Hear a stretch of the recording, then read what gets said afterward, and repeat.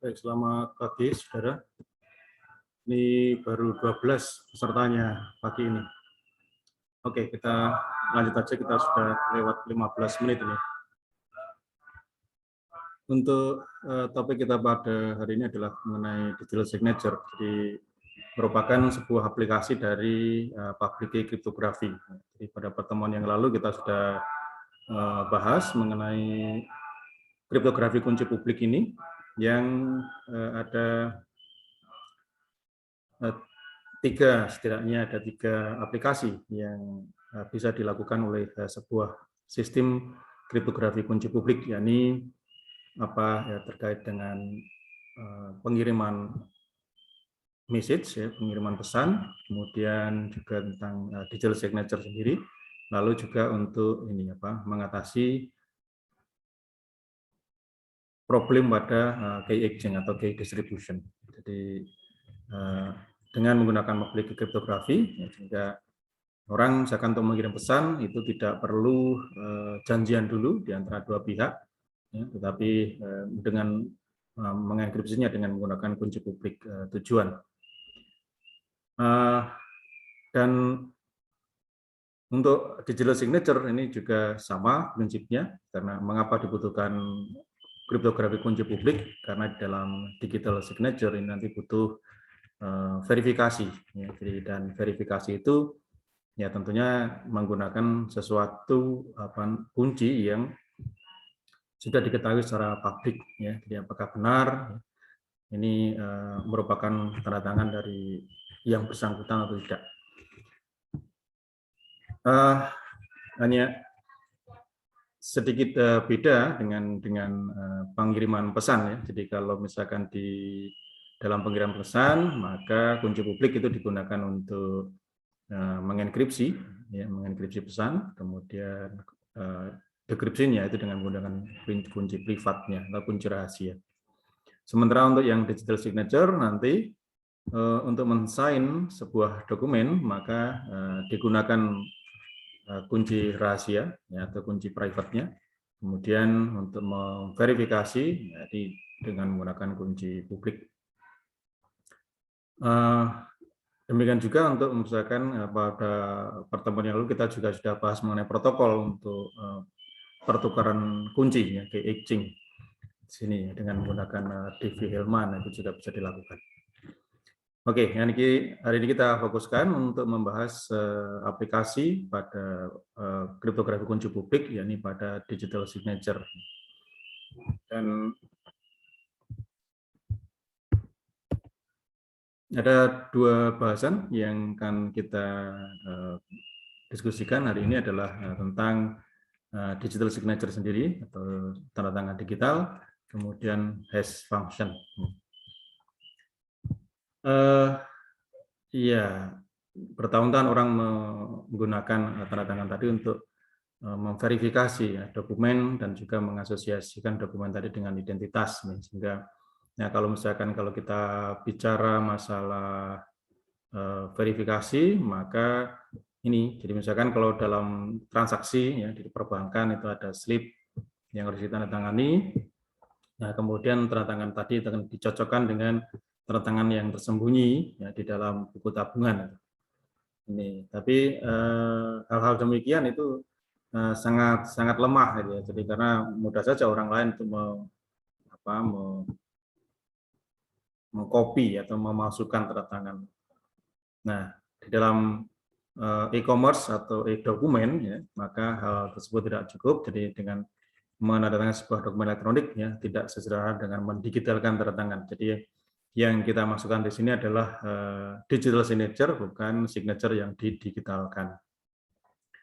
Apa perbedaannya? Jadi kalau signature yang didigitalkan itu kan ya sudah tanda tangan, kemudian di scan, lalu di copy paste ke dokumennya, gitu. Sehingga kalau misalkan dokumennya berganti-ganti, maka tanda tangannya itu ya tetap itu, ya, dikopikan, ya. Sehingga ini juga masih, kalau tanda tangan yang didigitalkan itu masih rentan dengan pemalsuan, ya. Jadi tetap, jadi dengan men-scan tanda tangan tinta basah itu, ya, di-scan lalu difoto atau apapun, ya, kemudian ditempelkan ke dokumen elektronik. Ya. Nah, itu masih rentan gitu ya. Jadi saya juga seringkali melihat, ini tanda tangan lama yang kemudian ditempelkan lagi, ini kelihatan sekali ya. Jadi karena dari grafikalnya juga sudah sangat kelihatan kalau itu adalah tanda tangan tempelan. Ya, jadi kalau misalkan dalam proposal gitu ya, ini dan ya yang menyedihkan juga pernah ya tangan saya itu ditempel di pernyataan mahasiswa untuk untuk mengajukan beasiswa gitu. Ya udah ini saya nggak pernah merasa menandatangani dokumen ini, ya udah kita singkirkan. Oke, nah berbeda dengan hal itu ya. Jadi tadi sangat rentan ya. Jadi misalkan tanda tangan digital itu tanda tangan yang didigitalkan itu ya tanda tangan tinta basah di-scan lalu ditempel pada dokumen elektronik. Nah, yang dimaksud dengan digital signature atau tanda tangan digital di sini adalah sebuah tanda tangan yang tidak dapat dilepaskan dari sebuah dokumen. Jadi kalau di dalam digital signature ini satu dokumen satu tanda tangan hanya valid untuk satu dokumen. Itu. Jadi ya seperti ini yang sekarang Anda terima ya. Jadi Anda di KRS ya. Jadi KRS mahasiswa itu kan ada tanda tangan digital dari dosen wali masing-masing. Jadi begitu nanti ada perubahan ya harus ada perubahan lagi ya, jadi harus ditandatangani ulang gitu ya. Jadi sign ulangnya itu dalam bentuk QR code tanda tangan. Sehingga kalau QR code itu di scan, jadi kalau misalkan menggunakan tidak ditandatangani ulang, maka tidak akan match antara tanda tangan QR code tadi dengan KRS-nya. Misalkan kalau misalkan ada perubahan ya, jadi ada misalkan di KRS sebelumnya itu menempuh mata kuliah X ya, ini kemudian sudah disign oleh dosen walinya, kemudian ternyata pada sesi berikutnya ada perubahan ya, mestinya mata kuliah X diganti dengan mata kuliah Y misalkan. Ya, maka harus perubahan KRS ya, sehingga mahasiswa akan mengajukan lagi ya, jadi pembatalan pada dosen wali, kemudian untuk bisa merubah KRS-nya diganti dengan mata kuliah X diganti dengan mata kuliah Y misalkan, lalu minta lagi approval dari dosen ya. Jadi begitu di approve maka kemudian muncul QR code berikutnya. Jadi dan QR code ini berbeda dengan yang tadi, sehingga di dalam digital signature nanti akan muncul sebuah informasi. Jadi kalau seperti tadi kalau QR code-nya di scan maka akan muncul ini siapa yang tanda tangan, kemudian KRS-nya milik siapa, ya, kemudian apa saja mata kuliah yang ditempuh. Sehingga benar kalau misalkan kalau ada perubahan, kalau misalkan ada perubahan, kemudian tanda tangannya tetap sama, ini kalau di scan ini akan tidak cocok. Ini. Yang tadinya yang lama itu ada muncul mata kuliah X, ya, di baru mata kuliah X tidak ada, diganti dengan mata kuliah Y, ya, maka kalau menggunakan QR code yang lama maka akan muncul bahwa ini tidak match ya. Sehingga kalau tidak match ini ya maka berarti itu bukan merupakan tanda tangan valid untuk dokumen tadi. Ya demikian juga nanti kita akan melihat bagaimana sebuah digital signature ini hanya valid untuk sebuah dokumen. Nah, secara nyata juga jadi tanda tangan digital ya tidak hanya dalam bentuk QR code ya. Jadi kita bisa membuat tanda tangan digital itu yang kemudian berupa misalkan identitas ya. Jadi kita biasanya kalau misalkan kita harus mengisi form yang online ya, jadi mengisi form online dalam PDF yang bisa diedit itu. Misalkan aplikasi menggunakan sekolah ini di luar negeri atau di mana yang remote gitu ya, jarak jauh ini, sehingga ya nggak mungkin kita misalkan datang hanya untuk mendaftar saja lalu nanti kembali terus datang lagi untuk kuliah. Nah, maka untuk aplikasinya ya sebelum dinyatakan diterima, ya, nanti untuk proses seleksi untuk aplikasi dalam form itu juga menggunakan tanda tangan digital ya, dan tanda tangan digital tadi ini biasanya kita diminta untuk membuat suatu mengisi identitas, ya, identitas, kemudian spesifikasi atau ciri khas khusus, ya, alamat dan sebagainya. Kemudian kita masukkan dalam suatu folder, lalu folder tadi diamankan, ya, dengan username dan password. Ya, jadi dengan username dan password. Begitu kita misalkan mengisi form tadi, ya, jadi form, ya, mengisi sudah selesai. Begitu mau menyimpan atau mengirim, maka langkah terakhir adalah tanda tangan digital tadi. Ya, begitu kita klik tanda di slot tanda tangan digital, maka muncul kita diminta untuk mengisikan username dan password. Ya, kemudian begitu username dan password sudah valid, ya, maka ini tanda tangannya akan valid di situ. Ya, mungkin nanti yang munculnya hanya muncul nama kita gitu ya. Jadi di slot tanda tangan muncul nama kita, tapi itu sebenarnya adalah sebuah tanda tangan digital. Ya, ini lalu setelah selesai simpan lalu kirim. Ini. Nah, tetapi begitu misalkan sudah kita terakhir sudah kita tanda tangan, kemudian kita sudah simpan, kemudian oh ya kita teringat ternyata ada sesuatu yang kelupaan, ada salah datanya, misalkan ada namanya itu kurang koma, misalkan seperti itu, atau mungkin hurufnya kurang ada, misalkan kalau misalkan T ada T-nya double, ya, di situ kita tulis T1 kan. Itu dengan perubahan satu karakter saja, itu kalau misalkan Anda lalu lihat ke bawah, ya, jadi Anda lihat ke bagian tanda tangan, maka akan sudah muncul, kalau begitu ada perubahan, maka di kolom tanda tangan itu akan sudah muncul invalid signature. Ya, jadi signature sudah invalid, nih, karena sudah perubahan. Ada misalkan spasi gitu aja, tambahan spasi gitu, satu aja, maka di kolom signature itu sudah muncul sudah tidak lagi valid tapi invalid signature. Jadi begitu. Jadi artinya karena tanda tangan yang sudah tadinya dibubuhkan di sebelumnya itu sudah tidak match lagi dengan dokumen yang sekarang. Jadi berbeda sedikit nanti akan berubah. Itu yang terjadi di dalam identitas signature dengan menggunakan skema kriptografi ini. Ya, sehingga kalau misalkan ada perubahan, ya sekali lagi tadi seperti juga KRS, ya. Jadi kalau S begitu ada mahasiswa merubah, ya berarti harus memintakan approval lagi kepada dosennya sehingga nanti akan disematkan QR code yang baru yang sesuai dengan dokumennya. Demikian juga ini, jadi kalau misalkan ada perubahan, maka ya, sebelum dikirim atau sebelum disimpan terakhir itu harus disematkan lagi tanda tangannya. Jadi harus masukkan lagi username, password-nya, ya, kemudian kita entry-kan di situ, ya, kemudian dia akan dikomputasikan sehingga akan kembali menjadi sebuah valid signature. Oke, sehingga di dalam konteks digital signature, maka sekali lagi yang perlu diingatkan, satu signature hanya valid untuk satu dokumen. Ya.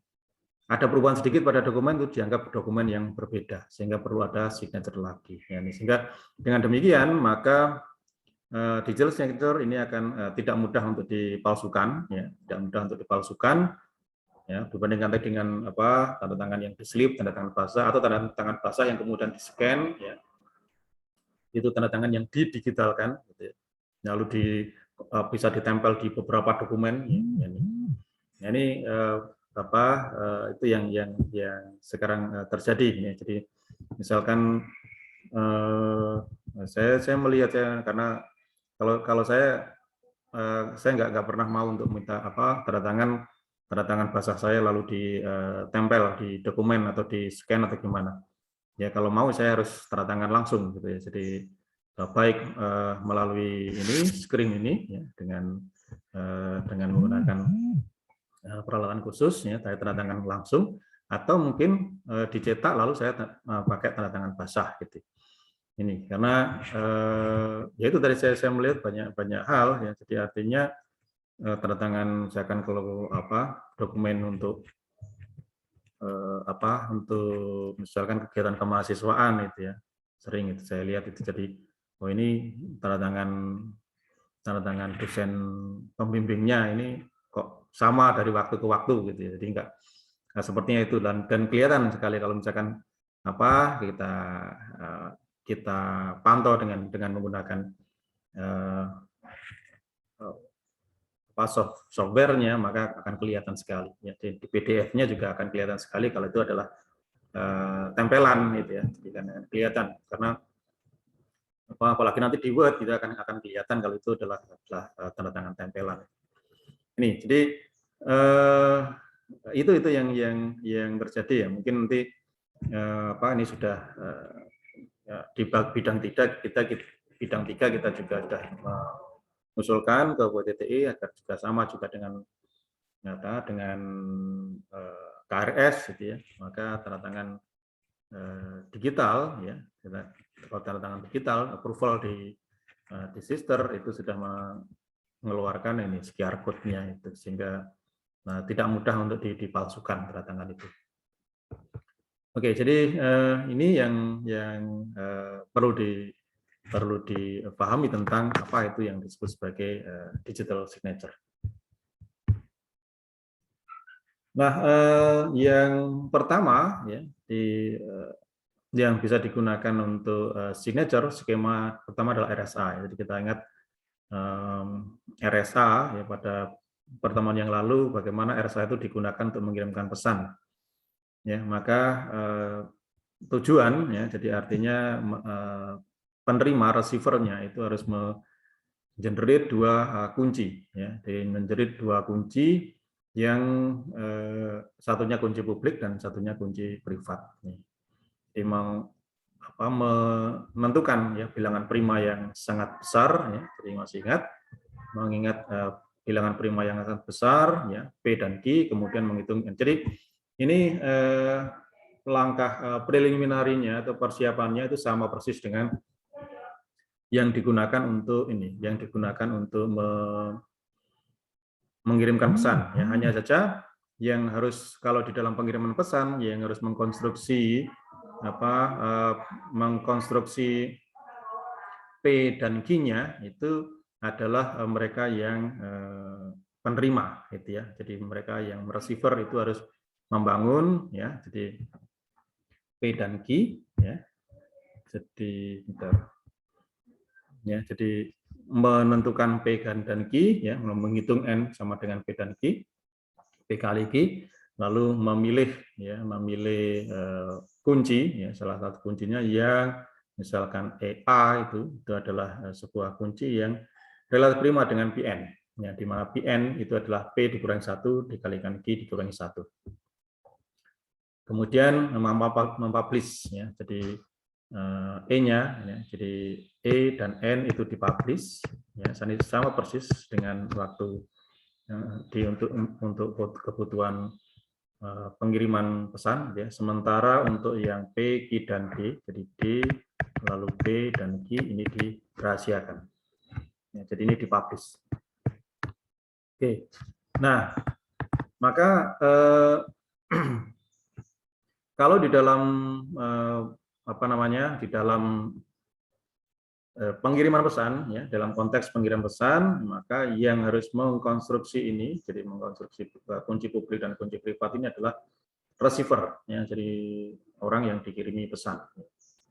Oke, nah tapi di dalam konteks digital signature, maka yang harus mengkonstruksi ini adalah signer ya. Jadi kalau misalkan ini tadi ini apa? A ya, A ya. Jadi ini A, kemudian di sini ada B. Katakanlah Bob ini. Nah, Bob ini yang punya dokumen ya. Bob punya dokumen, kemudian dia minta tanda tangan kepada si A atau Alice di sini ya. Bob memiliki sebuah dokumen yang harus ditandatangani Alice. Oke, berarti Alice yang harus mengkonstruksi 2 kunci ya di penandatangan. Kunci privat ya, sehingga nanti kalau Bob itu mengirimkan dokumennya kepada Alice untuk ditandatangani, maka Alice ini akan menandatanganinya dengan menggunakan kunci privatnya ya, kunci privatnya, kemudian lalu itu dikembalikan lagi pada Bob. Nah, Bob ini akan memverifikasi apakah benar itu tangannya Alice atau bukan. Maka Bob akan verifikasi dengan menggunakan kunci publiknya Alice. Nah, ini jadi ceritanya seperti itu ya. Ini kalau misalkan untuk pengiriman pesan ya, ini adalah receiver ya, artinya kalau Bob ini mau mengirim pesan pada A, maka ya dia harus mengenkripsi M itu ya pesannya itu dengan kunci publiknya A, kemudian di tempat tujuan A itu akan mendekripsi dengan menggunakan kunci privatnya. Itu. Sehingga skenario-nya mirip gitu ya. Hanya kemudian perlu aktor yang siapa yang harus menggenerate kunci publik dan kunci privatnya itu yang berbeda harus ditentukan. Dalam hal ini kalau di dalam digital signature maka yang signernya, jadi penandatangannya yang harus menggenerate dua ini ya, supaya nanti begitu dia setelah selesai menandatangani dokumen dengan kunci privatnya, maka tujuan apa pemilik dokumen itu bisa memverifikasi dengan menggunakan kunci publiknya ini. Oke, jadi sama, jadi dalam hal ini, jadi tadi sudah setelah Alice mempublikasikan kunci publik dan kunci privatnya, jadi merahasiakan BAPG-nya, maka kalau B mengirimkan dokumennya kepada Alice, ya, jadi M-nya dikirimkan kepada Alice, lalu Alice itu akan mengenkripsi atau menandatangani dengan menggunakan D-nya, ya, jadi sehingga menghitung Y sama dengan M pangkat D, ya, kemudian modulo N. Itu sehingga pasangan M Y itu dipublikasikan. Jadi M dokumen, ya, kemudian M-nya ini adalah dokumen, lalu Y itu adalah tanda tangan Alice pada dokumen M. Ya, jadi sehingga pasangan M Y ini kan kemudian dipublish atau dikembalikan lagi pada B. Nah, di tempat B itu nanti akan memverifikasi ini apakah benar, ya, jadi apakah benar bahwa kalau Y dipangkatkan E itu akan kembali menghasilkan M. Ya, jadi ini dilakukan oleh A, ya, jadi dilakukan Alice. Ya. Jadi ini dilakukan oleh Alice, kemudian MY itu akan dikembalikan lagi pada Bob. Nah, Bob di dalam memverifikasi, lalu dia akan verifikasinya adalah begini. Jadi kalau misalkan apakah benar bahwa Y dipangkatkan dengan kunci publiknya A, Y pangkat E, itu akan sama dengan M.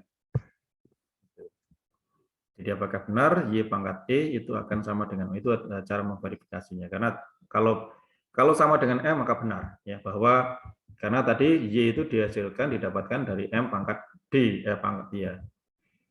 Y didapatkan dengan memangkatkan M dengan D, ya. Itu sehingga kalau Y pangkat T berarti M pangkat D pangkat T, ya, karena D dan E saling invest, ya, pada modulo PN, ya, maka kemudian mereka akan saling meniadakan dan juga kembali akan mendapatkan M-nya. Sehingga verifikasinya adalah ini. Jadi apakah benar bahwa Y dan Y pangkat E itu akan menghasilkan M. Itu. Ini dalam RSA signature tadi, ya. Nah, ini tadi, ya. Jadi kalau benar bahwa Y pangkat T itu M, ya, kalau Z sama dengan M, maka tanda tangannya adalah valid, gitu ya. Ini. Itu RSA signature. Nah, serangan mungkin bisa jadi, ya. Jadi serangan bisa jadi misalkan ada Oscar ini, ya.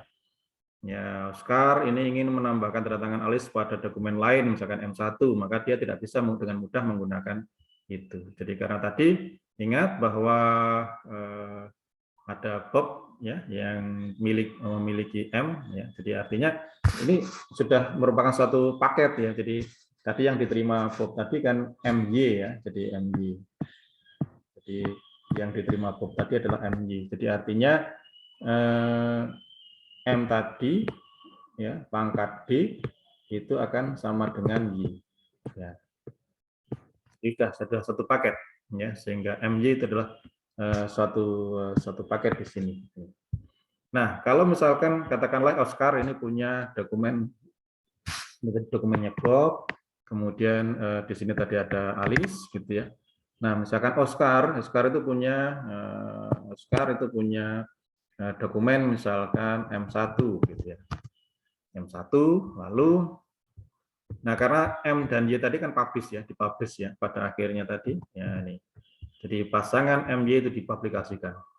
Itu jadi artinya ini adalah tanda tangan ini dokumen yang miliknya B tadi, lalu Y tadi adalah tanda tangannya Alice untuk dokumen ini. Gitu ya. Nah itu lalu dipublikasi. Nah akhirnya kalau dipublish banyak orang yang akan lain orang bisa tahu. Nah katakanlah salah satunya adalah Oscar, ini tahu ya. Jadi MY tadi dia bisa melihat MY tadi sehingga ya dia mesti butuh misalkan dia punya dokumen M1, dia juga butuh tanda tangannya A ya ini. Nah, karena kalau misalkan minta tanda tangan A, mungkin nanti harus bayar gini harus ada prosesnya, dia harus validasi dan sebagainya. Mungkin Oscar ini akan malas seperti itu, ya maka kemudian dia langsung nyoba aja mencuri ini, ya. Jadi mencuri tanda tangannya. Ini dianggap ini adalah tanda tangannya Alice, ya. Jadi Y itu adalah tangan Alice. Tapi ini kan sebenarnya tanda tangan Alice untuk dokumen M, gitu ya.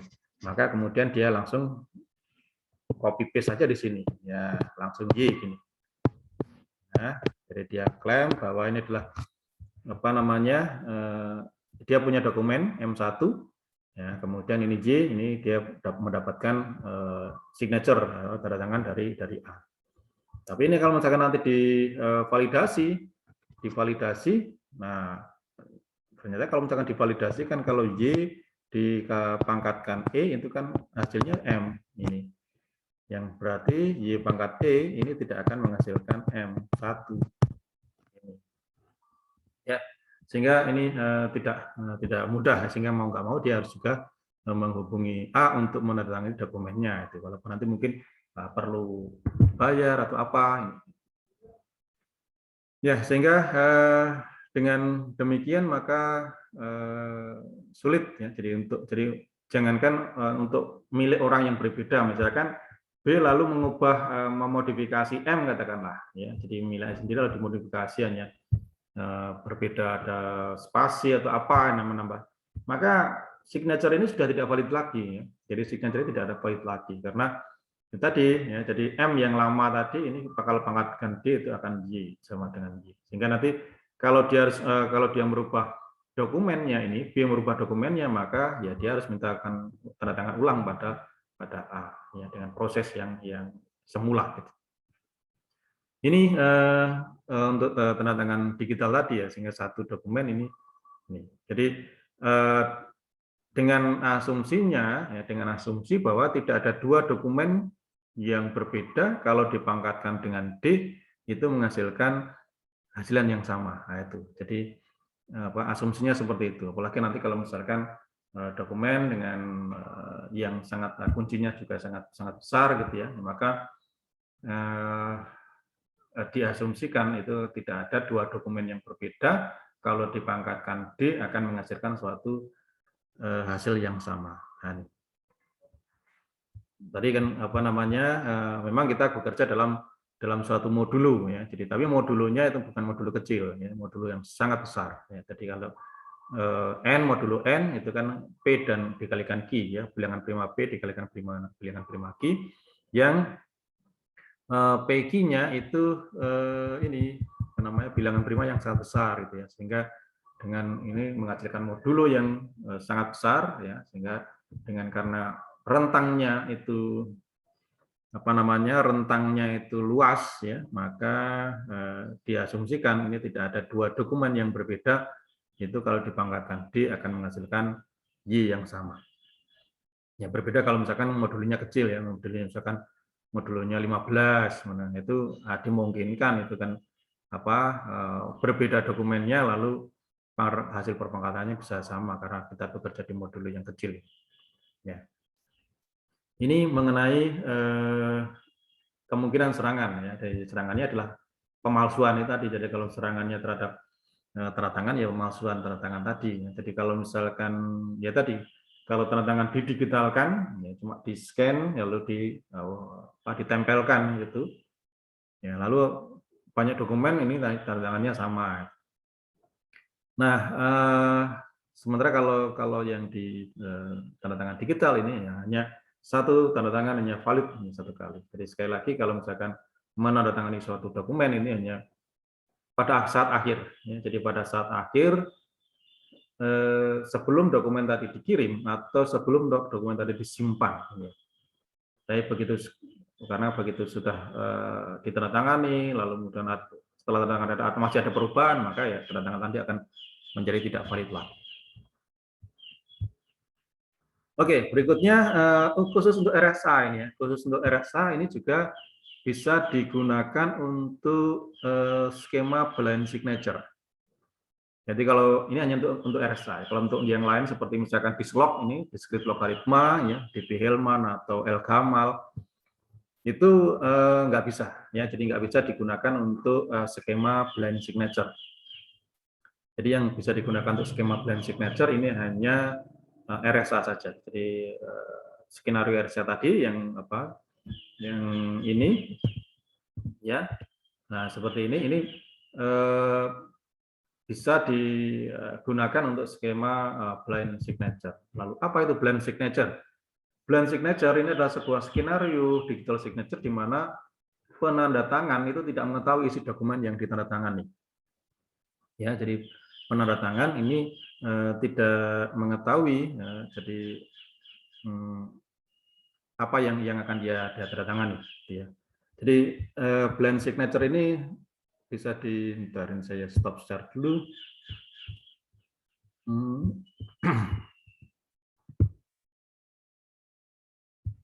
Oke, tambah di sini. Sorry. Ya. Oke, blind signature. Nah, blind signature ini bisa digambarkan seperti ini. Jadi suatu skema untuk digital signature di mana si penanda tangan itu tidak tahu apa yang ditandatangani. Bagaimana itu mungkin? Bagaimana bisa? Bagaimana ya orang melihatnya itu kan kalau kita minta tanda tangan orang lain biasanya kan dokumennya itu harus dibaca dulu ini ya. Jadi harus dilihat dulu benar enggak, itu kalau ada salah ya tidak ditandatangani. Ini kalau misalkan benar baru akan ditandatangani. Betul. Nah, lalu gimana ini skenarionya kalau misalkan seseorang itu minta tanda tangan pada seorang penanda tangan, tapi penanda tangannya tidak sampai tahu apa yang ditandatangani. Ya, ide ini muncul pada ini apa namanya suatu polling ya, atau juga ini apa pemilu ya, pemilu atau di ini apa ya istilahnya vote ya, jadi electronic vote atau mungkin remote vote ya, boleh ya. Jadi voting dalam jarak jauh ya, jadi pada remote vote, pada voting jarak jauh voting. Nah, di dalam remote voting biasanya ini kalau ini ya, saya tidak seperti misalkan pemilihan kepala daerah atau pemilihan presiden yang harus secara langsung. Tapi kalau remote vote itu biasanya ini untuk memilih misalkan ketua atau pimpinan dari atau presiden dari suatu organisasi, misalkan IEEE.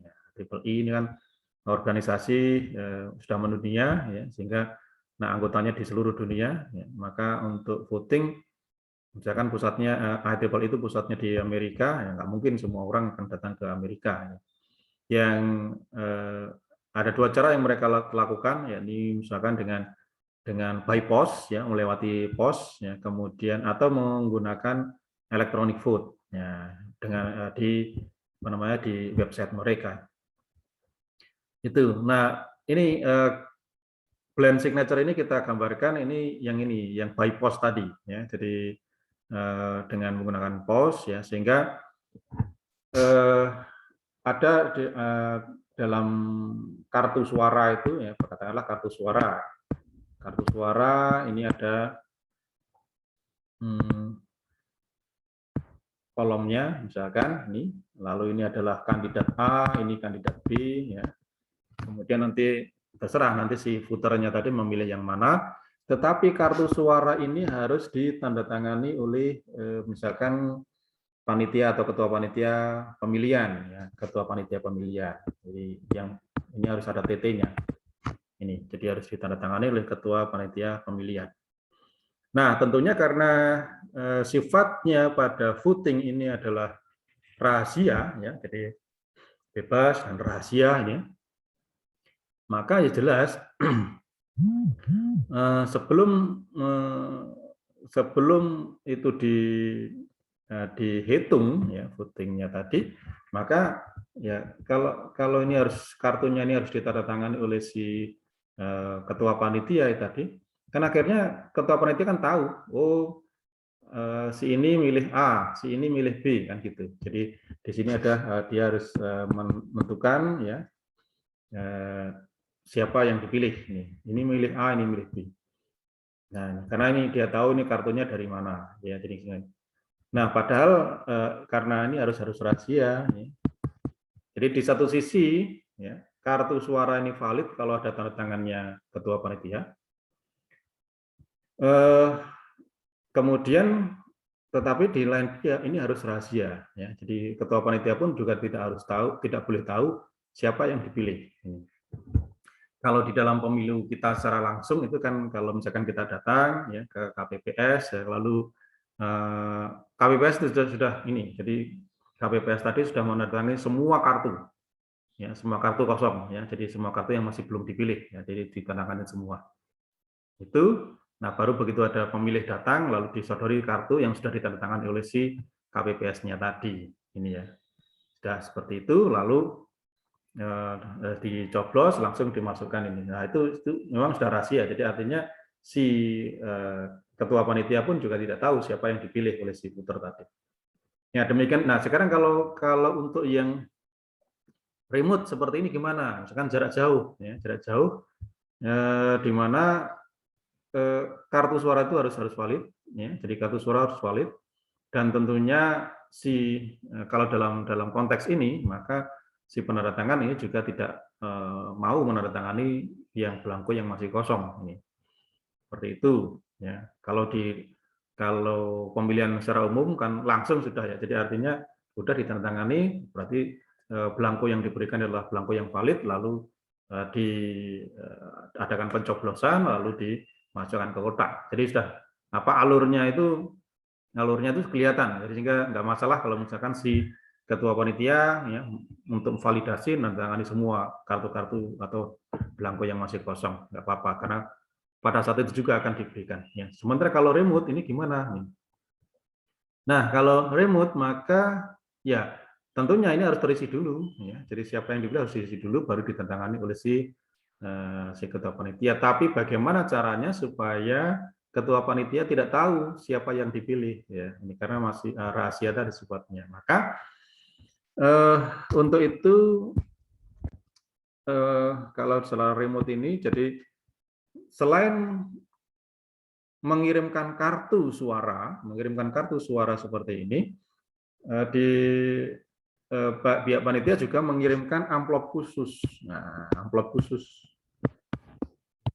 Jadi mengirimkan amplop khusus yang kemudian ada posisi tanda tangan si ketua panitia pemilihan gitu ya. Jadi amplop khusus seperti itu. Nah, keduanya lalu dikirimkan ya. Jadi ini adalah belangko kosong, kartu kosong ya. Jadi kartu yang masih baru, kemudian amplop khusus yang juga masih baru ya. Kemudian mereka dimasukkan lagi amplop besar ya untuk pengiriman.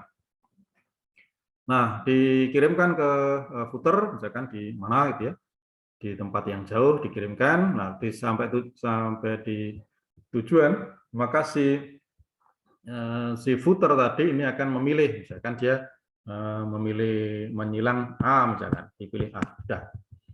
Begitu dia sudah menentukan pilihannya, maka kartu ini akan dimasukkan ke dalam amplop khusus tadi. Nah, amplop khusus tadi dimasukkan, sudah lalu dilem, lalu dikembalikan lagi ke panitia.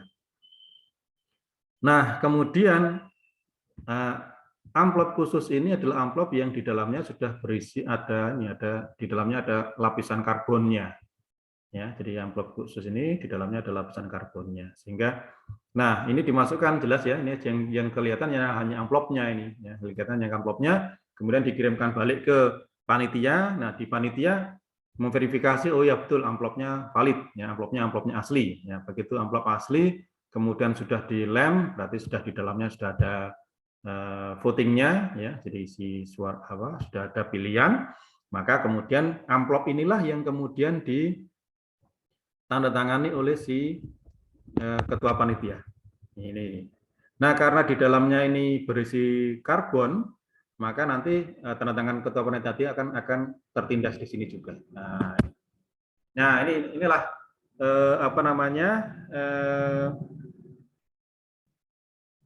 yang dinamakan bahwa validasi tadi dilakukan. Jadi si ketua panitia tadi jelas tidak akan mengetahui siapa yang dipilih oleh yang pengirimnya tadi, tetapi akhirnya tanda tangannya tadi akan juga tertimpa di kartu suara ini. Nah, pada gilirannya nanti ada perhitungan suara, maka semua amplop ini akan dibuka, semua amplop yang masuk dibuka, kemudian kartu suara dikeluarkan. Nah, kartu suara yang ada tanda tangannya ketua panitia itu yang dinyatakan valid dan akan dimasukkan dalam hitungan. Nih, kartu suara yang tidak ada tanda tangannya tidak valid lalu tidak dimasukkan hitungan. Karena itu tadi, sehingga dengan demikian si ketua panitia tidak tahu ya sebelum ada perhitungan suara jelas tidak boleh tahu ya, sifatnya rahasia ya. Begitu pada saat perhitungan suara maka semua kartu suara dikeluarkan dari amplop dan sudah nampak tanda tangan dari ketua panitianya. Itu ya, ini jadi seperti ini. Ini yang disebut sebagai blind signature. Jadi ketua panitia pemilihan tadi ini menandatangani sesuatu tanpa dia tahu apa yang ada di sini. Jadi hanya tahunya amplopnya ini aja, dia hanya bisa melihat amplopnya saja, isinya nggak tahu. Tapi karena amplopnya ini valid, ini adalah amplop asli dari KPU-nya, ya, lalu ya maka dia akan tanda tangan di situ. Nah, karena amplop ini dilapisi karbon, maka tanda tangannya tadi akan menindas juga di kartu suara ini, sehingga kartu suara yang ada tanda tangan ketua panitianya ini akan dimasukkan dalam hitungan karena sebagai kartu suara yang valid. Begitu. Ini yang dinamakan sebagai blind signature. Demikian juga untuk yang misalkan kalau katakanlah kayak ini hasil penelitian ya, sebelum dipublikasikan, tapi hasil penelitian tadi untuk validasi harus ditandatangani oleh misalkan pejabat yang berwenang, misalkan itu. Maka ya kalau sebelum dipublikasikan pejabatnya tadi sudah tahu yang ditandatangani tadi, maka dimungkinkan nanti akan dicuri ide-idenya sebelum publish, ya, didahului oleh si orang yang melihat hasilnya tadi lalu ya, akan merugikan pada pihak yang punya penelitian asli. Nah, maka ya tadi seperti tadi konteksnya kalau secara manual tadi, secara tradisional, ya maka dimasukkan ke dalam amplop. Ya, amplopnya, oke, ini amplopnya valid dari departemen, nah, sudah ditandatangani oleh si pejabat, ya, yang kemudian, nah itu yang disebut sebagai blind signature. Nah, sekarang bagaimana blind signature itu diimplementasikan secara elektronik, ya, maka yang ya gambarannya tadi, ya, jadi artinya bahwa dokumen asli itu di-blindkan, ya, jadi dokumen asli tadi disamarkan dalam sebuah amplop. Nah, dalam sebuah amplop, tetapi kemudian yang ditandatangani oleh si signer tadi adalah amplopnya, tetapi kemudian nanti tanda tangannya itu bisa diekstrak kalau misalkan dokumen tadi diekstrak dari atau dikeluarkan dari envelope-nya. Ini. Itu gambarannya. Oke, kita masuk bagaimana kalau dengan RSA, ya. Jadi RSA bisa digunakan untuk yang blind ini. Bagaimana itu nah, share tadi kita sampai di mana nih? Di sini. Oke ya, ini. Jadi ini blind signature, ya. Jadi dokumen skenario ini bisa di blindkan. Nah, seperti ini ya. Jadi contohnya kalau misalkan sebelum ini ya pada saat resa signature biasa ini, maka pada saat B punya dokumen M, nah dokumen M ini yang tanpa dienkripsi ya, tanpa dienkripsi itu dikirimkan pada A. Nah, sehingga sebelum dia memberikan tanda tangannya, maka A itu bisa membaca dokumen ini. Ya, kalau itu, kalau misalkan dokumen M itu merupakan sebuah tadi yang seperti saya katakan, misalkan hasil penelitian yang sebelum dipublikasikan jangan sampai orang lain tahu, ya. Tapi di lain pihak ini juga harus ditandatangani oleh pejabat yang berwenang untuk validasinya, menunjukkan bahwa itu adalah penelitian resmi. Ya, maka misalkan pejabatnya di sini adalah A, ya dia kirim ke M itu ke A, gitu. Tapi A itu kan akhirnya bisa baca duluan, ya apa hasil penelitiannya. Ya bisa jadi A nanti kemudian bisa berbuat curang, lalu idenya dicuri, hasil penelitian dicuri, lalu dia publikasikan lebih dulu. Nah ini, walaupun dia tadi akhirnya menandatangani itu, dia publikasikan yang lain lebih dulu. Nah, ini untuk mencegah itu kan berarti ini B tadi harus mengirimkan M itu dalam bentuk terenkripsi sehingga A tidak mengetahui apa isinya. Tetapi di dalam hal ini A mau menandatangani. Ya tadi seperti misalkan footer ya tadi footer itu memasukkannya ke amplop dan amplopnya itu ya, ketua panitia tadi mau menandatangani karena amplopnya valid, amplopnya asli, ya, sehingga tandatangani. Sehingga dengan demikian tidak sehingga dengan demikian seperti tadi kalau M-nya itu di enkripsi jelas A-nya akan tidak tahu M-nya itu yang mana gitu. Tapi karena dikemas atau di cover dengan suatu cover khusus yang valid seperti itu ya sudah divalidasi oleh A, maka oke, A kemudian mau membubuhkan sign-nya dengan menggunakan kunci privatnya gitu ya. Nah, kunci privat inilah yang kemudian sehingga tanpa A tahu bagaimana M itu, ya, tapi nanti B itu akan bisa mendapatkan Y, yakni tanda tangan A di dalam dokumennya.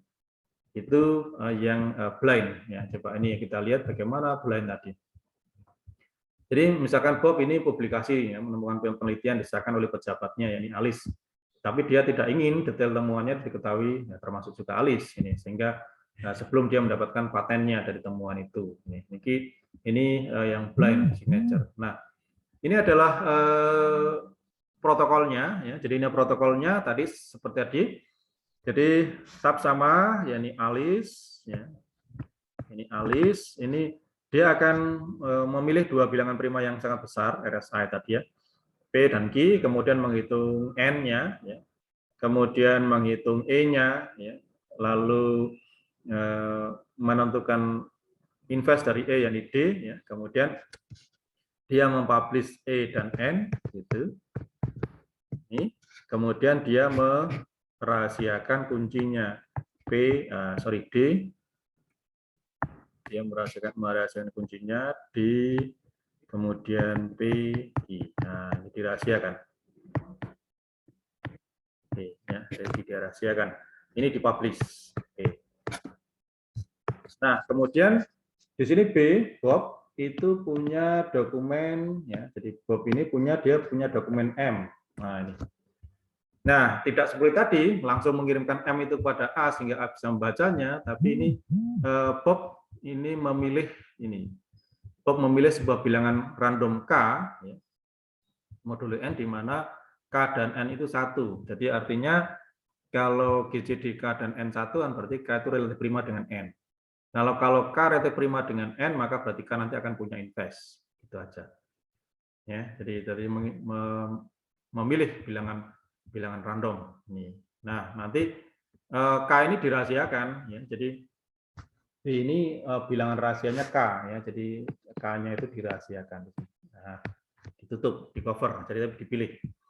Nah, K itu yang digunakan untuk mengkamuflasekan, ya, mengkamuflasekan M, ya. Jadi bukan M yang langsung dikirimkan kepada A, tetapi ini dikamuflasekan, ya, dengan menghitung T ekuivalen dengan K pangkat E dikalikan M modulo N, ya. Jadi E-nya itu dia lihat dari ini apa namanya kunci publiknya A, ya. Jadi kunci publiknya A, sehingga dia mengirimkan, ya. Jadi masukkan dalam amplop katakanlah gitu ya.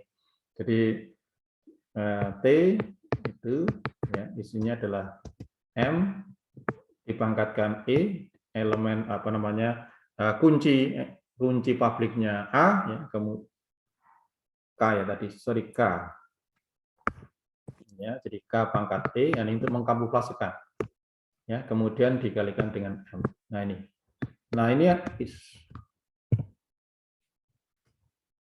ini yang dikirimkan, ya. Jadi T ini dikirimkan kepada A, ya, ini dikirimkan kepada A, ya. Nah, artinya bahwa sekarang yang dikirimkan oleh B itu bukan dokumennya M, tapi yang dikirimkan B kepada A tadi dokumen yang sudah dimasukkan ke dalam amplop. Ya, dokumen yang dimasukkan dalam amplop. T-nya tadi adalah ini. Jadi T tadi berarti sudah dikamuflasekan, ya, dia nggak tahu, ya. Jadi M-nya berapa kalau seperti ini, yang bisa dilihat oleh A itu adalah T-nya, ya. Jadi berapakah T-nya itu. Jadi kalau ini dikamuflasekan sudah, jadi K pangkat T dikalikan M itu untuk mengkamuflasekan. Ini. Jadi dikirimkan kepada Alice. Nah, di tujuan, ya, yang dibubuhi tanda tangan oleh Alice adalah T-nya, ya, jadi amplopnya. Ya, tadi seperti yang ketua panitia pemilihan tadi, yang dia tanda tangan adalah amplopnya, gitu. Karena oke, amplopnya valid, ya, dia dengan metode khusus, ya, dia melihat oke, T ini adalah valid, ya, jadi T itu adalah valid, ya, dari B, ya, jadi dia menunjukkan bahwa ini adalah envelope yang berisikan dokumen dari B yang dimintakan tanda tangan kepada A, ya, ini. Jadi begitu T itu valid, ya, jadi Alice akan mendapatkan T dengan menentukan ini, ya. Jadi tadi yang dipangkatkan, ya, jadi kalau M-nya dikirimkan kan kemudian oleh Alice, M itu yang dipangkatkan dengan D, gitu aja. Tapi yang sekarang yang dipangkatkan dengan D itu adalah T-nya. Nah, sehingga yang Alice itu membubuhkan tanda tangannya pada amplop yang dikirimkan oleh Bob-nya tadi, Bob, ya, kemudian S itu ya lalu dikembalikan lagi pada ini, pada Bob, ini di tempat tujuan. Nah, di tempat tujuan lalu Bob akan menghitung S dikalikan dengan K invest. Ya, jadi ini proses verifikasi dari Bob itu adalah S ini. Di sini S ini, dikalikan dengan K invest. Ini K invest. Begitu. Nah, tadi K invest itu adalah K tadi adalah kunci rahasianya. Nah, untuk memverifikasi maka dia menghitung S dikalikan dengan K invest. Nah, S dikalikan dengan K invest, S tadi adalah T pangkat D, ya, dikalikan dengan K invest. Kemudian, nah, T tadi, sementara T tadi adalah K pangkat E kali M. Ya. Sehingga K pangkat T pangkat D, M pangkat D. Ya, dikalikan dengan K invest. Itu.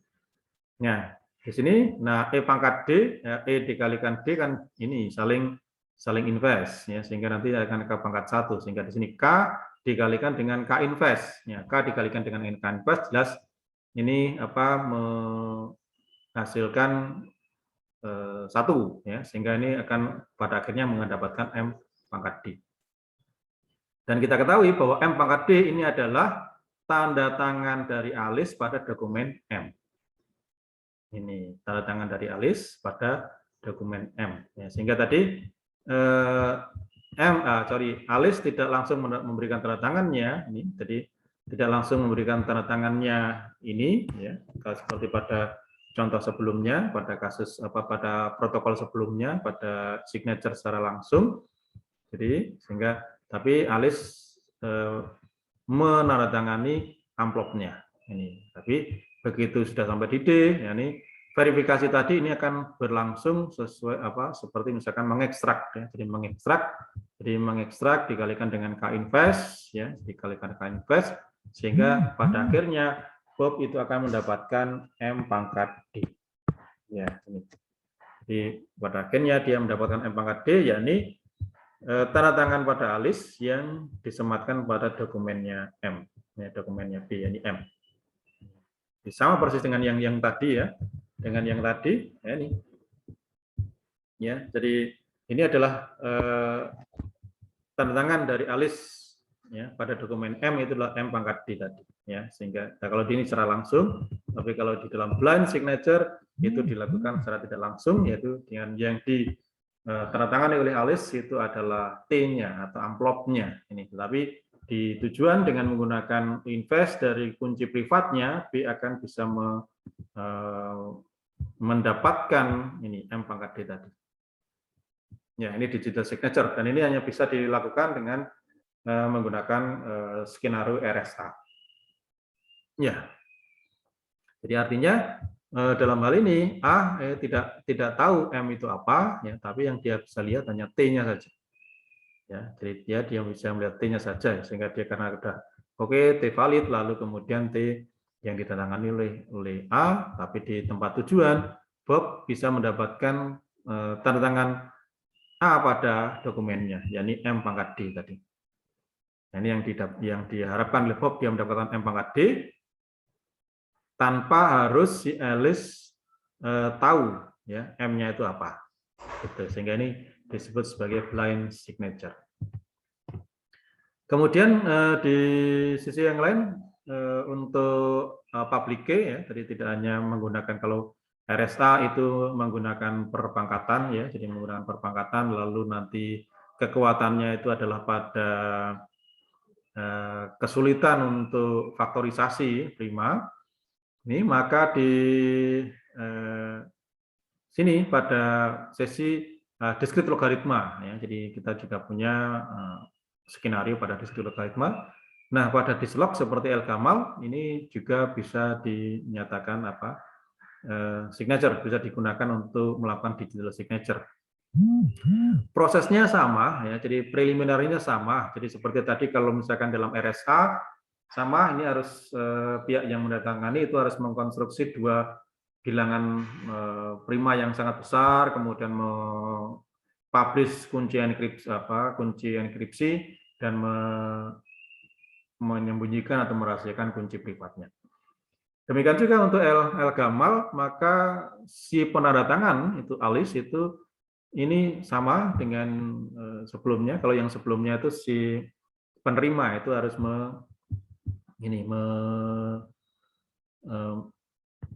mengkonstruksi ya bilangan memilih bilangan prima yang sangat besar, kemudian memilih primitive root-nya itu ya.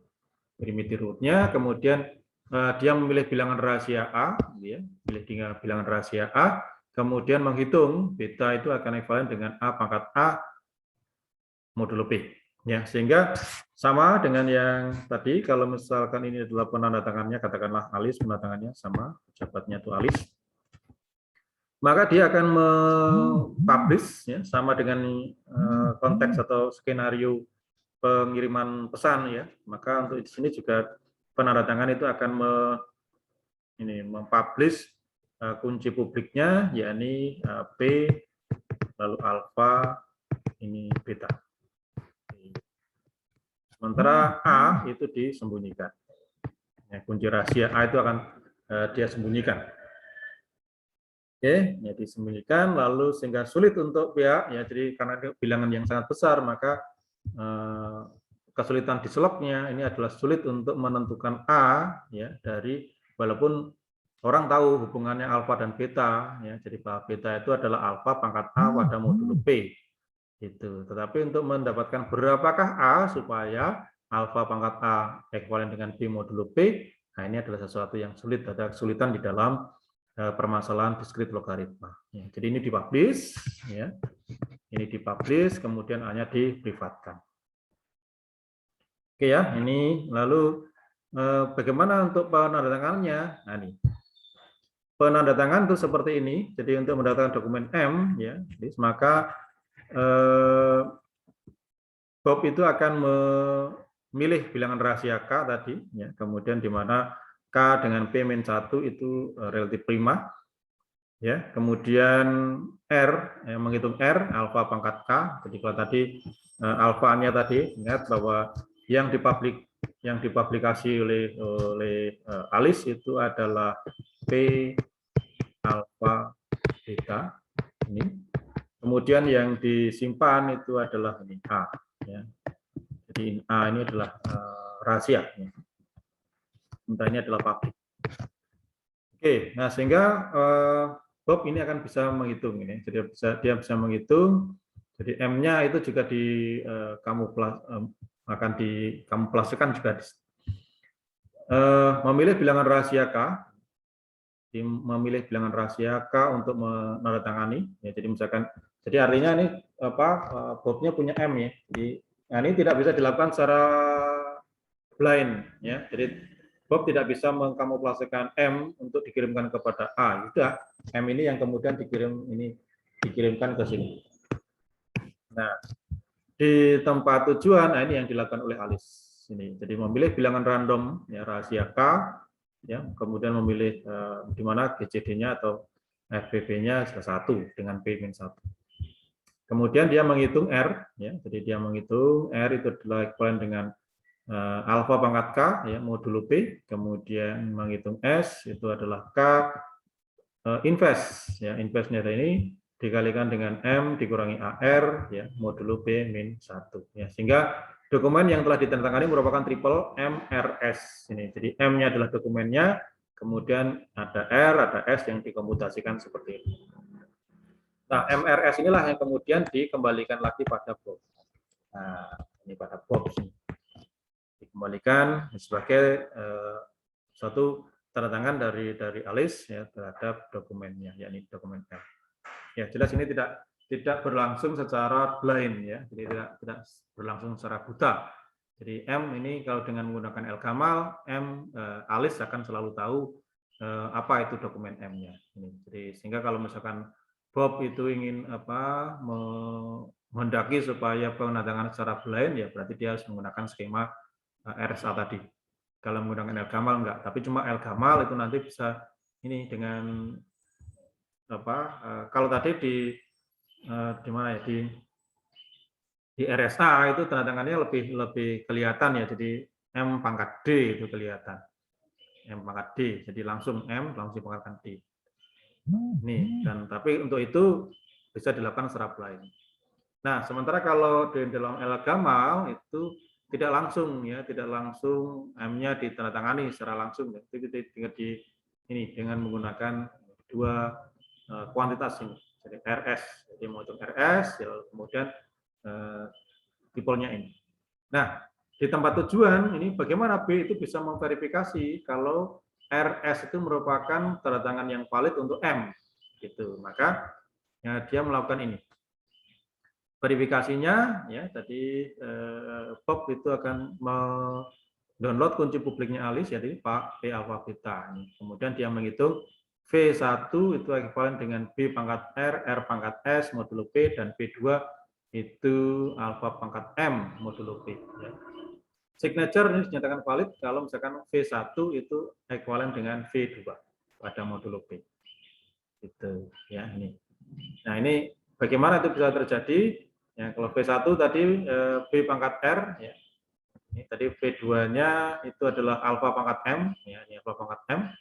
Maka alfa pangkat M itu adalah alfa pangkat, ya, di mana M-nya tadi ini, jadi karena S itu adalah K pangkat min 1 M pangkat AR modulo P min 1, maka S kali K akan ekuivalen dengan M dikurangi AR ya pada modulo P min 1, sehingga M itu akan didapatkan ini SK ditambah dengan AR. Hanya perhitungan aljabar biasa. Sehingga didapatkan M itu adalah ini SK ditambah dengan AR. Sehingga kalau V2 tadi dihitung adalah alfa pangkat M, maka alfa pangkat SK ditambah dengan AR. Ya. Kemudian alfa pangkat A, ya, jadi alfa pangkat A dikalikan R, kemudian alfa pangkat K dipangkatkan lagi S. Ini. Nah, sementara alfa pangkat A itu tadi adalah beta. Ya, jadi ada beta ini hubungannya adalah alfa pangkat A atau beta. Beta pangkat R sini, kemudian alfa pangkat K itu adalah R, ya tadi sudah dihitung alfa pangkat K adalah R, ya kemudian dipangkatkan S, ya jadi sehingga alfa pangkat K R adalah R pangkat S, di mana beta R dan R pangkat S ini akan sama dengan V1. Ya, akan sama dengan V1. Jika dengan demikian, kalau V2 itu ekuivalen dengan V1, maka benar bahwa triple tadi ya, triple ini MRS ini merupakan sebuah tanda tangan ya. Jadi RS tadi adalah pengeluaran tanda tangan yang valid dari A untuk dokumen M. Itu. Ya, ini seperti ini. Ini diverifikasi. Ini verifikasinya seperti itu pada L Kamal. Ya. Jadi lebih kompleks di sini, tapi memang ini tidak bisa digunakan untuk melakukan tanda tangan yang blind, gitu ya. Jadi blind signature. Nah, pada skema-skema sebelumnya, jadi pada skema-skema sebelumnya, pada tanda tangan itu ya, itu kan menggunakan ini ya, sangat panjang. Tadi kita lihat ini melibatkan ini perpangkatan ini. Jadi apa di sini tadi? Nah ini. Jadi untuk menghitung R maka alfa pangkat K. Untuk menghitung S K, nah dikali ini hanya perkalian biasa. Tapi di sini ada perpangkatan di sini. Ya, apalagi kalau misalkan di sini, ya. Jadi untuk ini aja. Jadi kalau kita lihat di sini, kalau misalkan untuk yang jelas ini pada RSA ya, pada RSA ini tanda tangannya itu adalah M pangkat D. Nah, kira-kira apa yang bisa kita lihat di sini? Kalau misalkan ini, Pak. Ya, jadi tadi kan kalau misalkan ada dokumen M, ya. Jadi Alice tadi kan di dalam kalau dalam RSA itu dia punya kunci publik E, kemudian kunci privatnya adalah D, ya. Kemudian di sini ada dokumen M, ya. Nah, dokumen M itu dikirim ke sini, ya. Oke. Nah, kemudian di sini dokumen M tadi dipangkatkan dengan D. Ya, katakanlah ini adalah Y. Nah, kemudian dokumen M, ya, pasangan MY, ya, jadi sehingga pasangan MY itu adalah dokumen M, ya, kemudian yang tanda tangannya adalah Y. Jadi Y itu adalah tanda tangan digital dari A untuk dokumen M. Tetapi Y tadi adalah ini. Nah, Y tadi adalah M pangkat D. Nah, sehingga atau ini bisa dikatakan ini, ya, jadi dokumennya itu adalah M, kemudian tanda tangannya itu adalah M pangkat D. Nah, tanda tangannya adalah M pangkat D. Apa yang terjadi? Dokumennya M, kemudian ini M pangkat D. Katakanlah kalau misalkan M-nya itu 100 tadi ya, M-nya 100. Kemudian atau M-nya dengan 100. M-nya katakanlah ya 10 saja. Kemudian D-nya sama dengan 3. Nah, ini M pangkat D, ini kan jadinya berapa? M pangkat D jadinya 1000. Lebih panjang. Jadi dokumennya misalnya hanya 10, ya. Kemudian kalau dipangkatkan 3 menjadi 1000. Ini. Kalau misalkan dipangkatkan 6 jadi 1 juta. Ya, ini. Nah, akibatnya apa? Akibatnya kalau ini yang terjadi, maka tanda tangan ini ukurannya lebih besar daripada ukuran dokumennya. Jadi ukuran tanda tangan ini lebih besar, ya. Jadi ini pada dua skema ini, jadi panjang signaturenya ya minimal sepanjang pesan ya, tapi kelemahannya jika pesannya yang ditangani sangat panjang. Jadi artinya otomatis ini.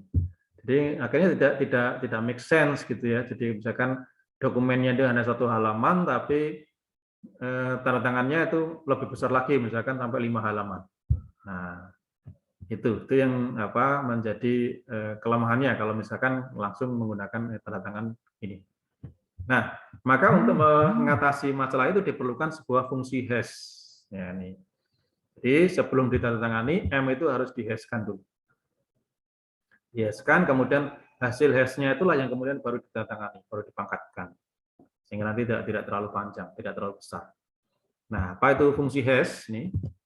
Nah, fungsi hash ini dibuat publik, ya. Misalkan kalau berawal dari pesan M, lalu Alice menghitung nilai hash dari ini dari hash dari M-nya tadi. Lalu HM secara signifikan lebih pendek dari M, ya. Jadi karena fungsi hash itu intinya untuk menjadikan suatu pesan, ya, suatu dokumen menjadi panjang tertentu. Jadi misalkan, oke, kalau kita tentukan panjangnya untuk hashing-nya itu message digest-nya sampai kita tentukan misalkan 8 bit, misalkan. Maka pesan yang panjangnya 4 bit ya jadi 8 bit, pesan yang panjangnya atau dokumen yang panjangnya 16 ya jadi 8, yang panjangnya 32 ya jadi 8, yang panjangnya 160 ya jadi 8. Jadi semua dimampatkan menjadi panjang yang sama. Itu message digest-nya seperti itu. Nah, hashing di sini ini hanya one way, ya, jadi hanya satu arah. Jadi kalau misalkan kita punya M, ya, kita memiliki M, maka kita akan bisa dengan mudah menghitung berapakah HM-nya. Ya, jadi fungsi hash untuk M itu. Tetapi kita tidak bisa membalik. Ya, jadi karena ini bukan digunakan untuk hash, itu bukan digunakan untuk enkripsi, ya, sehingga kalau M itu menghasil di HM, ya, jadi menghasilkan HM, ya, tapi dari HM itu tidak bisa dikembalikan lagi ke M. Dan nanti akan kita lihat mengapa itu bisa terjadi. Ya, jadi HM itu tidak bisa dikembalikan lagi pada M, ya, atau setidaknya sulit untuk dikembalikan lagi pada M, sehingga ini bukan masalah enkripsi dekripsi.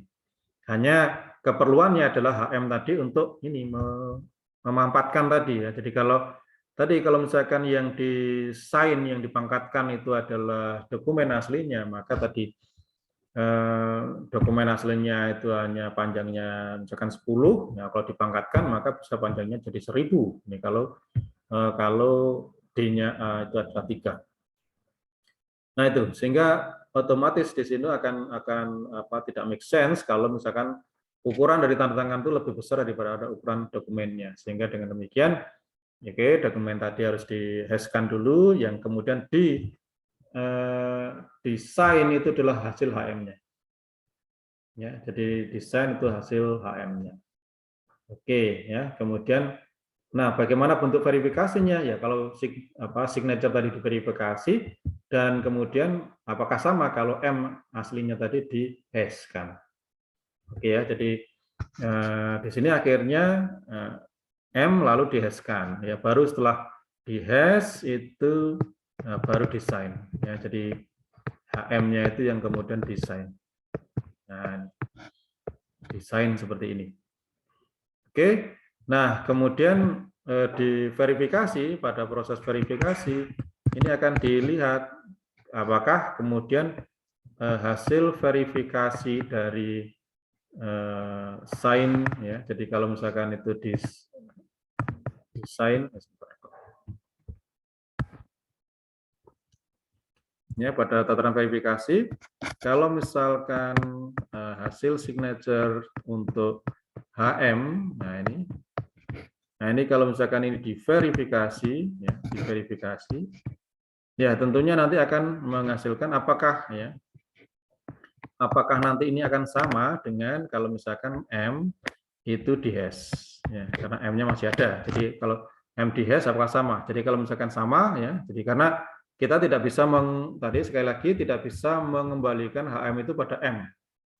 Ya, karena ini bukan enkripsi dekripsi. Jadi jadi yang bisa hanya misalkan kalau signature tadi diverifikasi, apakah nanti akan menghasilkan sama kalau misalkan M itu di-hash-kan. Gitu.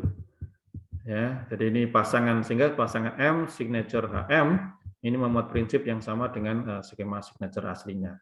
Jadi yang desain itu adalah hasil hash-nya. Oke, ini algoritma yang lain, ya, terkait dengan DSA. Nanti Anda bisa lihat sendiri bagaimana ini. Kalau DSA ini nanti menggunakan dengan dislog, ya, dengan dislog. Kita masuki aja nih cari verifikasinya, jadi saya masuk. Nah, kita masuk aja pada hash, ya. Jadi bagaimana hash tadi bisa digunakan. Jadi sebarang pesan, sebarang dokumen dengan panjang ya bebas, ya, akan menghasilkan output atau pesan singkat dengan panjang tertentu, misalkan 160 bit, ya. Jadi Ini contohnya, kalau ini masih pendek ya, jadi pendek. Jadi misalkan ini tadi katakanlah 164 bit ya, 164 bit atau ini adalah bentuk hexa ini. Jadi misalkan hanya 4 karakter lalu di hash, ya ini panjangnya juga sama. Kemudian lebih panjang lagi di hash juga panjangnya ini seperti ini, sama dengan panjangnya ini, jadi 164 bit. Lalu yang di sini juga demikian, ya, jadi lebih panjang lagi di hash, dia juga akan menghasilkan pesan yang panjangnya sama 160 bit seperti itu. Jadi akhirnya hash ini akan membuat sebuah message, pesan atau dokumen dengan ukuran berapapun akan menghasilkan ukuran tetap. Ini. Ya, jadi di sini jadi 160, yang di sini juga akan jadi 160, ini juga akan jadi 160. Ini. Nah, khususnya ini digunakan kalau misalkan terkait dengan digital signature, ya, maka ini akan ini apa namanya, tentu dokumen itu kan sangat besar ukurannya ya, sangat besar ukurannya, yaitu maka yaitu perlu di hash dulu ya, di hash dulu sehingga hashnya inilah yang kemudian kalau misalkan ini katakanlah tidak hanya ini aja, tapi misalkan ini bisa satu buku atau satu file yang besar ya, misalkan. Nah, di-hash-kan itu maka ukurannya menjadi sangat menjadi kecil ya, maka kemudian kalau ini di sign ya, dipangkatkan dengan D dengan kunci privat, maka ini akan ya tidak sebesar ini ya. Jadi nanti akan make sense bahwa ukuran tanda tangan itu akan lebih kecil daripada ukuran dari dokumennya. Ini syarat fungsi hash ya. Jadi fungsi hash misalkan diberikan M ya, pesan M, maka message digest-nya HM dapat dihitung dengan cepat. Jadi dari M ke HM ini. Tetapi akan hanya berfungsi secara one way ya, jadi one way saja. Dan sangat sulit untuk mendapatkan misalkan ada dua pesan yang berbeda nilai hash-nya sama. Nah, ini yang apa namanya yang menjadi syarat dari fungsi hash. Sebab kenapa kalau misalkan ada dua pesan yang berbeda, fungsi hash-nya sama, apa yang terjadi? Ya, nanti tentunya kayak misalkan tanda tangannya nggak valid, ya, dua pesan yang berbeda atau dua message yang berbeda, kalau karena yang ditandatangani adalah ini, yang ditandatangani adalah hash-nya. Kalau misalkan ada dua pesan yang berbeda, lalu akan menghasilkan hash yang sama, otomatis nanti tanda tangannya sama, gitu ya. Ini yang harus dihindari, ya.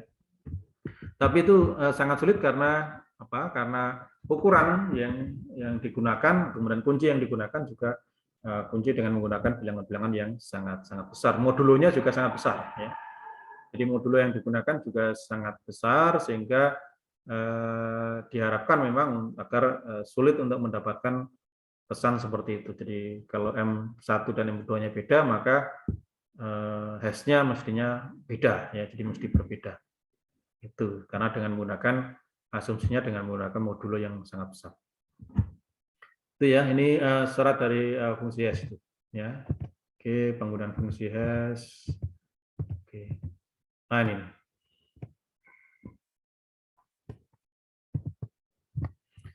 Ini adalah ide dasar dari fungsi hash sederhana. Jadi mengapa kok pesan yang dengan ukuran berapapun itu dapat di hash ini menjadi ukuran yang sama ya. Jadi contohnya seperti ini ya. Katakanlah kalau misalkan ukurannya misalkan sampai n, ini bukan n, sampai dengan kn ya. Jadi ukurannya sampai kn. Ya, maka pesan tadi itu dibagi ke dalam blok-blok yang panjangnya adalah n. Ya, jadi misalkan kalau kita ingin misalkan hash kita itu nanti akan menghasilkan message digest dengan panjangnya misalkan 8 bit, gitu ya, misalkan 8 bit. Maka ya kalau misalkan panjangnya misalkan sampai pesan itu sampai 160 misalkan 164 bit ya, berarti pesan yang 164 bit tadi ya dibagi ke dalam blok-blok yang ukurannya 8 bit 8 bit. Ya ini, lalu ditumpuk. Nah ini yang sederhana ini. Jadi gambarannya seperti ini. Jadi dibagi ke dalam blok-blok yang ukurannya adalah n, ya, panjang seluruhnya adalah kn. Itu, lalu mereka di stack seperti ini, di stack, kemudian mereka di XOR. Ya, jadi M11 XOR M21 XOR M31 XOR MK1 menghasilkan H1. Lalu M12 XOR M22 XOR M32 XOR MK2 menghasilkan H2, misalkan M1N XOR M2N XOR M3N XOR MKN menghasilkan HN. Itu. Sehingga dengan demikian berapapun ukuran dari message-nya itu akan ini bisa menjadi message digits-nya hanya ukurannya n saja. Ya, jadi katakanlah kalau n itu adalah 8 gitu ya, 8, maka berapapun ukuran panjang di sini, misalkan mau 160, ya akhirnya jadi 8. Atau misalkan 16, ya 16 ya jadi 8. Atau mungkin 32 jadi 8. Karena nanti skenario-nya adalah berapapun panjang dari message tadi ini akan dibagi-bagi ke dalam blok-blok dengan ukuran yang sama, ya sesuai dengan kita tujuannya kemana. Kalau misalkan tujuannya mau bikin 8 bit, ya berarti harus dibagi ke dalam blok-blok ukurannya juga 8 bit. Itu seperti ini. Nah, karena proses seperti inilah yang kemudian ini sulit untuk mengembalikan HN ini, jadi H1, H2, HN ini untuk menjadi message semula, itu sulit. Ya, jadi dia hanya bisa ini one way, ya, jadi dari sini bisa.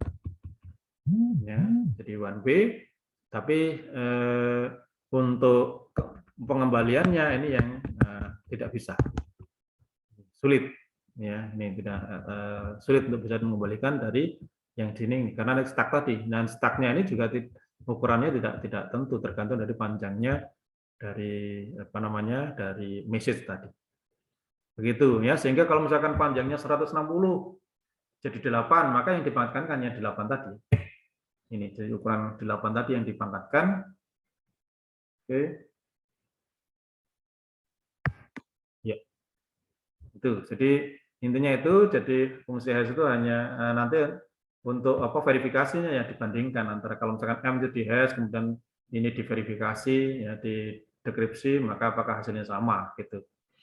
Ini adalah ide dasar fungsi hash sederhana ya. Jadi tapi sebenarnya tidak sederhana ini sebenarnya kalau misalkan untuk fungsi-fungsi hash yang kita kenal seperti sekarang ini. Jadi ada misalkan SHA-1, secure hash algorithm 1. Ya, ini algoritma 160 ya. Jadi ini SHA, kemudian ada SHA-1 menghasilkan 164 bit, 160 bit. Jadi panjangnya ribuan ya, tinggal nanti 160 bit. Di berapapun panjangnya itu semuanya akan dijadikan 160 bit gitu ya. Ini untuk message digits-nya.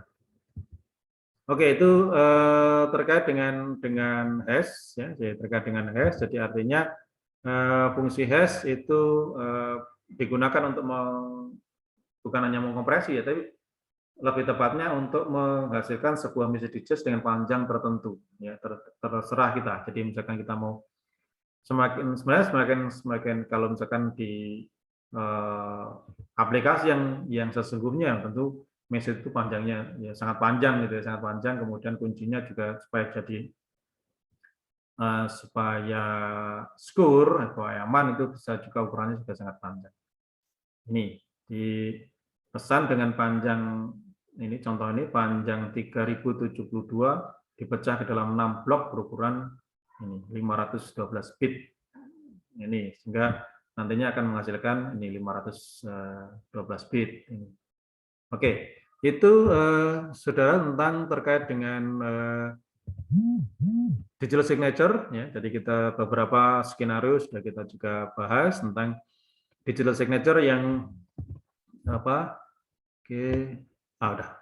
Digital signature yang kita menggunakan kunci publik ya. Karena mengapa kita menggunakan kunci publik ya? Karena perlu verifikasi.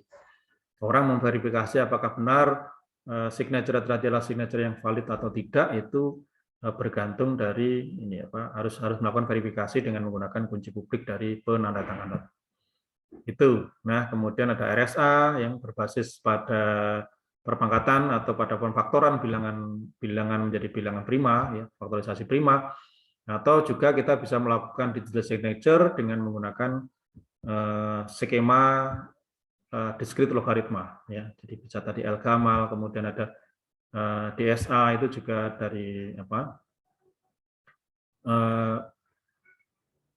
dari dislog yang dipakai ini. Memang untuk yang dislog ini memang lebih complicated dan lebih aman ya. Tetapi ya tadi kalau misalkan membutuhkan sebuah blind signature itu RSA ini lebih tepat. Ya, jadi meminta tanda tangan pada seorang penandatangan tanpa si penandatangan tahu apa yang sedang ditandatangani. Itu yang digital blind signature tadi. Yang itu untuk blind signature hanya skema RSA yang bisa melakukannya. Ya, sementara yang lain ini tidak bisa karena harus penandatangan tadi harus mengkomputasikan M-nya gitu ya, bukan amplopnya gitu. Itu yang terkait dengan digital signature. Nah, kemudian karena dengan umumnya kalau dengan menggunakan kunci publik itu adalah dengan operasinya adalah operasi perpangkatan, tentu saja tidak kalau dengan menggunakan kunci simetrik itu kan ukuran plaintext dan ciphertext-nya sama itu ya karena menggunakan XOR tadi. Nah, sementara kalau misalkan dengan menggunakan kunci publik basis komputasinya adalah perpangkatan, maka kalau dipangkatkan maka ukurannya akan menjadi besar, akhirnya tidak make sense ya. Jadi ukuran tanda tangan itu lebih besar daripada ukuran dokumennya, sehingga kemudian pasangannya yaitu hash function ya. Jadi hash function itu adalah jadi signature ini, jadi sebelum dokumen itu desain lalu dokumen tadi harus dihashkan dulu ya, sehingga nanti ukurannya kalau umumnya kalau dokumennya sangat besar ya kemudian ukurannya menjadi tetap kecil dari 164 bit ya. Nah, yang 164 bit itu yang kemudian di-sign ya, dipangkatkan sehingga nanti ukuran signature-nya itu dimungkinkan bisa lebih kecil dari ukuran dokumen. Itu ya. Jadi untuk verifikasi maka tadi untuk fungsi hash ini tidak bisa kembali ya, jadi hanya dari M untuk menghasilkan HM itu bisa, tapi dari HM untuk kembali ke M ini tidak bisa atau paling tidak sulit dilakukan. Itu yang terjadi, sehingga dengan demikian untuk verifikasinya itu ya hanya melihat kesamaan ya. Jadi kalau misalkan HM yang sudah desain tadi kemudian diverifikasi apakah hasilnya sama kalau misalkan ada dokumen M tadi lalu dihashkan, itu akan hasilnya sama. Seperti itu proses verifikasinya. Jadi kita tidak bisa mendekripsi langsung kembali ke pesan aslinya, tidak bisa, hanya apakah nilai hash-nya ini nanti sama atau tidak. Kalau sama ya berarti valid begitu. Baik, saya kira itu yang bisa kita paparkan untuk hari ini. Terima kasih atas perhatiannya, terima kasih atas kehadiran saudara, dan untuk pertemuan kita hari ini saya cukupkan sekian. Terima kasih dan selamat pagi.